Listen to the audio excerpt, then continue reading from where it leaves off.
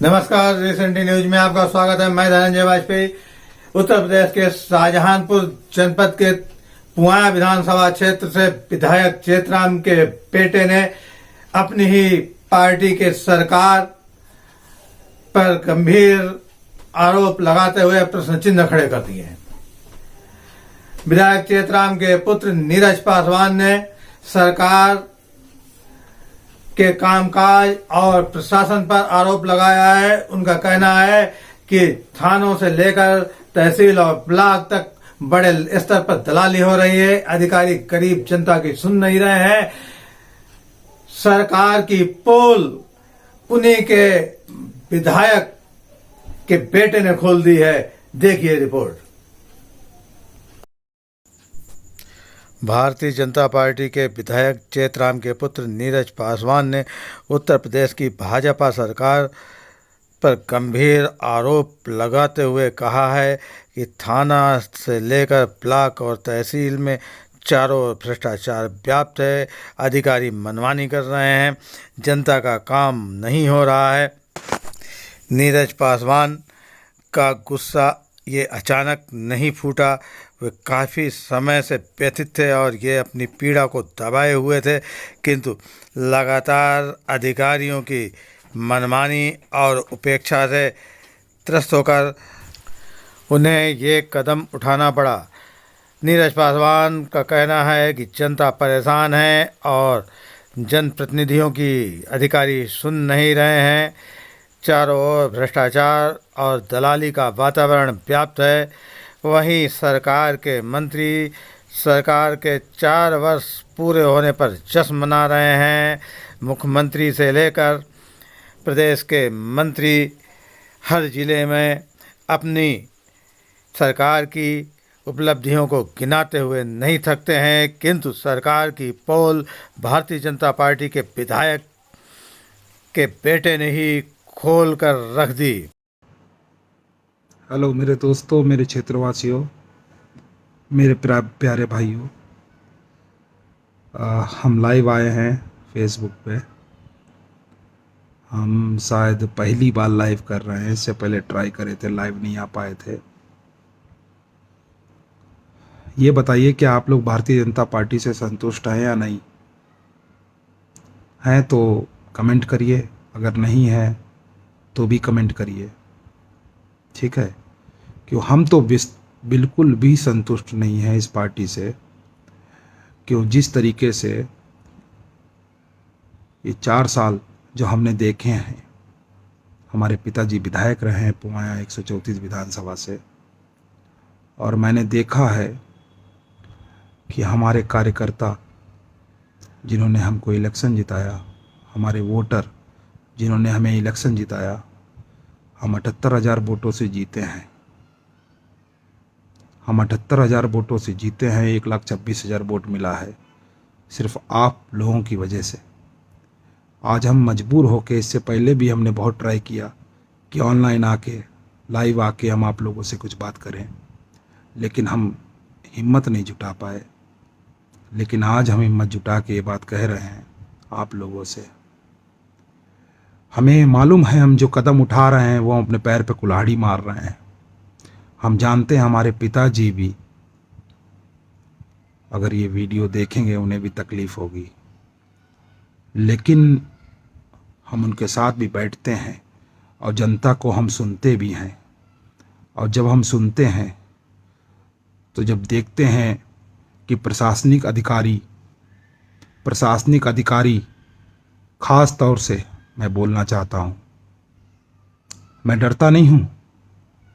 हो कुछ भी हो, भविष्य की राजनीति मैं नहीं जानता। भविष्य की राजनीति हमको जनता बताएगी कि हमें कहाँ पहुँचना चाहिए, कहाँ नहीं पहुँचना चाहिए।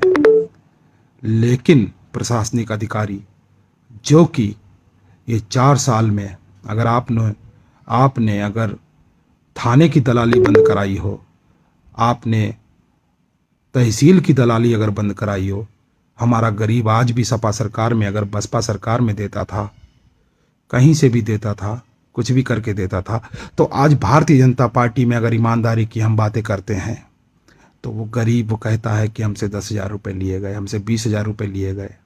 हमें ये बताइए क्या कप्तान साहब, क्या इंस्पेक्टर, क्या सीओ साहब, क्या कोई भी जनपद, कोई भी जिले, कोई भी मंडल के रहे हों, डीआईजी, आईजी, हम जानते हैं नेता अपना प्रयास कर रहा है। आज भारतीय जनता पार्टी में अच्छे नेता चुन के आए हैं। तो इसका मतलब ये नहीं कि अच्छे नेता चुन के आए हैं तो सिर्फ प्रशासनिक अधिकारी ही राज करें।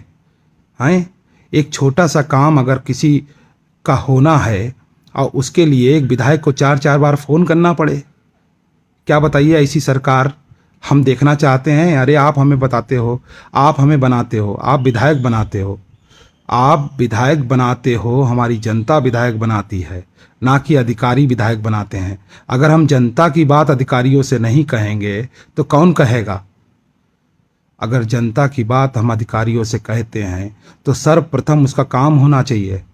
हम जानते हैं हम 10 में से 5 हमारे पिताजी करा देते हैं, लेकिन जो 5 नहीं हो पाते हैं जेन्युइन काम, उनके लिए मुझे गुस्सा है इस बात का। महाराज जी बहुत अच्छे आदमी हैं, मैं मिला उनसे, महाराज जी से, लेकिन महाराज जी और हमारे भारतीय जनता पार्टी के वरिष्ठ जितने भी मंत्री हैं, हम आज 34 साल की उम्र पे हैं, हमारा अनुभव ज़्यादा नहीं है, लेकिन इतना अनुभव ज़रूर है कि मैं गांव-गांव गया हूं, मैंने देखा है कि गरीब अब भी गरीब है और गरीब अब भी अपनी सेवा नहीं ले पा रहा है।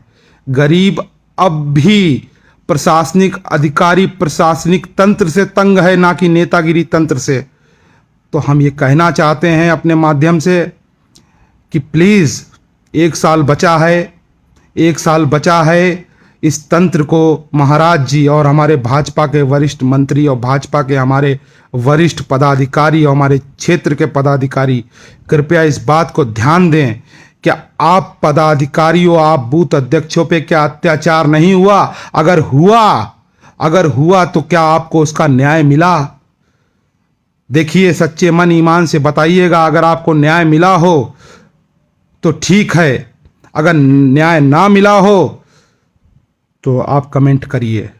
क्यों नहीं मिला? आप लाइव आइए, मेरी तरह लाइव आइए। क्या एक बताइए, मौजूदा विधायक का पुत्र अगर लाइव आ रहा है, वो इसलिए लाइव नहीं आ रहा है कि इसको विधायकी चाहिए 2022 की, वो इसलिए लाइव आ रहा है कि वो समाज के लिए चाहता है ये सरकार हमारी बहुत अच्छी है, हमारे धर्म और जाति के लिए और समाज के लिए कर रही है।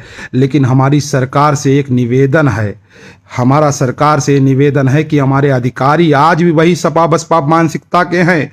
कृपया कंट्रोल करिए, नहीं तो बहुत अनर्थ हो जाएगा। इसलिए अनर्थ हो जाएगा कि आप हिंदूवादी राजनीति करना चाहते हैं, करिए। हिंदूवादी राजनीति के खिलाफ मैं नहीं हूँ, मैं भी अपने धर्म के साथ हूँ, मैं भी अपनी जाति के साथ हूँ, अपने समाज के साथ हूँ। लेकिन अगर गरीबों के साथ अत्याचार होगा, और हो रहा है, मैं देख रहा हूँ, 4 साल से देख रहा हूँ मैं इस चीज़ को। अगर महाराज जी आपसे निवेदन है, आप खुफिया इंटेलिजेंस बिछा दीजिए, गांव-गांव बिछा दीजिए, आप देख लीजिए खुफिया इंटेलिजेंस की कोतवाल लेता है पैसे या नहीं लेता है। मैं सीधे सीधे आरोप लगाऊंगा, चाहे जो भी धाराएं मुझ पर लग जाएं। मैं ये कहना चाहता हूँ, चाहे कोई थाने का अधिकारी हो या तहसील का अधिकारी हो, चाहे एसडीएम हो, चाहे तहसीलदार हो, चाहे नायाब हो, चाहे लेखपाल हो, अगर किसी का कैरेक्टर सर्टिफिकेट भी बनना है तो 2000 रुपया लेता है वो। क्यों? हमारे पास शिकायतें आती हैं, हम सुनते हैं, और जब हम उसकी सेवा करने के लिए, उसकी मदद करने के लिए आगे बढ़ते हैं तो मजबूर हो जाते हैं, सिर्फ इसलिए कि वो अधिकारी बैठे हैं हमारी खपड़ी पे बैठे हैं, है ना, हमारे विधायकों की खपड़ी पे बैठे हैं। 403 विधायक हमारे बने हैं, है ना, जिसमें से हमारे पूर्ण बहुमत 75% पे भारतीय जनता पार्टी को बहुमत मिला है। तो ये विधायक सब चूतिया और नपोरा नहीं है, इन सब विधायकों को भेजा है जनता ने चुन के, ठीक है। लेकिन इन विधायकों की अगर नहीं हो पा रही है ना, तो मैं भारतीय जनता पार्टी आपसे कहना चाहता हूँ, आप वरिष्ठ मंत्रियों से कहना चाहता हूँ, मैं छोटा बालक हूँ, मैं 34 साल का हूँ, एडल्ट हूँ, ठीक है, आपका तजुर्बा ज़्यादा है, लेकिन ज़मीनी स्तर पे उतर के देखिएगा तो बहुत कमजोरी है। खाली हिंदुत्ववादी राजनीति पे राजनीति कामयाब आप नहीं कर पाएंगे। आपको राजनीति कामयाब करनी है तो हमारे गरीबों, हमारे समाज के बारे में सोचिएगा प्लीज़, ये मेरी रिक्वेस्ट है। ये मेरे पिता नहीं जान रहे मैं लाइव कर रहा हूँ, लेकिन मैं लाइव करना चाहता था कई महीनों, कई सालों से, लेकिन मैंने पहली बार ऐसी हिम्मत करी है। हो सकता है मुझे गालियां भी मिलेंगी, और मैं हो सकता नहीं, मिलेंगी ही मिलेंगी, ठीक है, लेकिन प्लीज़ 1 साल बचा है, कंट्रोल कर लीजिए। अगर अधिकारियों पे आपने कंट्रोल लगा लिया तो संभवतः हमारा समाज जो आप अच्छी दिशा में ले जा रहे हैं वो चला जाएगा, ठीक है। हमारे चाहने वालों, हमारे भाजपा कार्यकर्ता जो हमारे पुवाया विधानसभा 134 के हैं, मैं माफ़ी मांगना चाहता हूं कि मैंने ऐसा बोला, लेकिन मेरी आत्मा की इच्छा थी, मेरे बाबा की इच्छा थी कि मैं ऐसा बोलूं। मैं बहुत परेशान हो गया था। मैं देख रहा था 4 साल से पुवाया विधानसभा को। मैं जानता हूं विकास कार्य हुए हैं, भारतीय जनता पार्टी में हमारे पुवाया में विकास कार्य हुए हैं, मैं इसको जानता हूं। ITI पुवाया बन गया, CSC बंडा बन गया, डिग्री कॉलेज खुटार बन गया, महिला चिकित्सालय पुवाया बन गया, नवीन बस अड्डों का नवीनीकरण हो रहा है कुटार बंडा में, वो भी होगा। बंडा से पूरनपुर मार्ग हाईवे हो गया, GT रोड बन गया। मुझे खुशी है, आप विकास करा रहे हैं, आप रोडें बनवा रहे हैं, लेकिन मुझे दुख इस बात का है कि आप सिर्फ अगर अधिकारियों पे अगर आपने कंट्रोल नहीं किया तो कुछ नहीं, तो गलत है। कि हम बनते हैं विधायक जनता से, और जनता को चाहिए न्याय, और वो न्याय नहीं मिल पा रहा है। क्यों? इंस्पेक्टर अपनी मर्जी का होता है, वो खाली सो रहा है अंदर कमरे में। हम सब पुलिस वालों को नहीं कहते हैं, हम सब नेताओं को नहीं कहते हैं, हम ये कहते हैं 100 में से 70% करप्ट नेता भी हैं, 70% करप्ट पुलिस अफसर भी हैं, और 70% करप्ट प्रशासनिक अधिकारी भी हैं। मैंने देखा है अपने पिताजी के शासनकाल में ऐसे ऐसे लोग आए हैं, ऐसे ऐसे अधिकारी आए हैं हमारे ब्लॉक लेवल के, जो सिर्फ थाने में बैठे और तहसील में बैठे रहते हैं। खाली लेखपाल ने कह दिया ऐसा है, खुद मौका मुआयना नहीं करेंगे, थाने में बैठेंगे, मौका मुआयना नहीं करेंगे, सिपाहियों पे दे देंगे, सिपाहियों पे दे देंगे। पापा जी रोकिएगा मत, सिपाहियों पे दे देंगे, सिपाही लाएंगे रिपोर्ट और इंस्पेक्टर साहब मान लेंगे। बताइए, what is this? Is justice? एक पुलिस वाले ने कह दिया एक गरीब से कि तुम्हें साले हम फंसा देंगे, तो बेचारा फंस जाता है। तो ये कब सुधरेगा कानून, कब सुधरेगी व्यवस्था? अगर बीजेपी सरकार में भी नहीं सुधर पाई तो कब सुधरेगी? मैं कहना चाहता हूं, मेरा आक्रोश है, मैं जानता हूं त्रिवेदी जी, मेरा आक्रोश है, ठीक है, राजनीति ही तो नहीं होगी मेरे घर पे, लेकिन मेरा मैसेज देना चाहता हूं मैं जनता से। कृपया सोचिएगा, समझिएगा, उसके बाद ही आप लोग कमेंट करिएगा। आपने कहा मैंने मुद्दा अच्छा उठाया, लेकिन जनता की समस्याओं को गहराई से अनुभव करने के उपरांत ही आक्रोश स्वाभाविक है, ठीक है, लेकिन मैं कर रहा हूँ आक्रोश। ये मेरा अपना खुद दिल का, मेरा अपने खुद दिमाग का, मेरे खुद अपने तजुर्बे का, जो मैंने 4 साल में देखा है, मैं वो बोल रहा हूँ। भारतीय जनता पार्टी विकास करा रही है, मैं उसके साथ हूँ, लेकिन ये प्रशासनिक अधिकारी हमारे सर पे चढ़ के हमारी जनता का अन्याय शोषण कर रहे हैं कि इनके बारे में सोच लीजिए। तो बहुत आपका आभारी रहूंगा, हमेशा आपका साक्षी रहूंगा, आपके लिए प्रेरित रहूंगा, पार्टी के लिए प्रेरित रहूंगा, हमेशा वर्क करूंगा, मेहनत से करूंगा, तन मन लगन से करूंगा। प्लीज़, आई एम सॉरी, मैं लाइव आया, लेकिन लाइव आने का मेरा मजबूरी था, मैं अपने आप को रोक नहीं पा रहा था। ओके, बाय, लव यू, शुभ रात्रि, गुड नाइट। प्रसन्नता का विषय है कि माननीय मुख्यमंत्री योगी आदित्यनाथ जी के नेतृत्व में उत्तर प्रदेश सरकार के 4 वर्ष पूरे हुए। इन 4 वर्षों के अंदर सबसे प्रथम मैं उत्तर प्रदेश की जनता का धन्यवाद करना चाहूँगा कि उन्हें बहुमत की सरकार हमको देने का काम किया। निश्चित रूप से प्रदेश की जनता बधाई की पात्र है, और उनके मतदान के बाद मुख्यमंत्री ने भी वही सब करके दिखाने का काम किया जैसी जनता की अपेक्षाएं थी। अगर उससे पहले की चर्चा मैं आप करूँ कि उत्तर प्रदेश अपराध से ग्रस्त था, लूट, हत्याएं, बलात्कार, महिलाओं का अपमान, कॉलेज में लड़कियां जा नहीं पाती थी। सबसे पहले कानून का राज कायम करने का काम माननीय मुख्यमंत्री योगी आदित्यनाथ ने किया। जो अपराधी नहीं है वो स्वतंत्र रूप से प्रदेश के अंदर रह रहे हैं, और जो अपराधी हैं या तो जेल गए हैं, या वो ऊपर गए हैं, या प्रदेश छोड़कर चले गए। यानी प्रदेश के अंदर एक कानून का राज कायम हुआ। अगर विकास योजनाओं की हम बात करें तो शौचालय के माध्यम से, बिजली का 24 घंटे सप्लाई देने के माध्यम से, जनधन के खाते खोलने के माध्यम से, चाहे फिर मकान बनने का विषय हो, चाहे प्रदेश के अंदर सड़कों का जाल हो, चाहे पुलों की योजनाएं हो, चाहे किसी प्रकार से उनको पानी के माध्यम से सिंचाई की योजनाएं बनाने का काम हो, यानी हर प्रकार की योजनाओं के अंदर, और खास तौर से शिक्षा के क्षेत्र में बेसिक स्कूलों के अंदर बच्चों की पढ़ाई, उनकी ड्रेस, उनका 24 घंटे उनको बिजली, उनको फर्नीचर, उनको बढ़िया किताबें, उनको जूते, उनको पहुँचे कौशल विकास और व्यवसाय शिक्षा के माध्यम से भी लगभग 10 करोड़ विद्यार्थियों को, महिलाओं को, बेटियों को प्रशिक्षित करके उनको रोजगार से जोड़ने का हमने किया। MSME के अंदर जो उद्यमी हैं उनको नई प्रकार की टीम बना करके उनको अनेक प्रकार की योजनाएं दे करके उद्योगों को अधिक से अधिक सुविधाएं देने का काम हमने किया।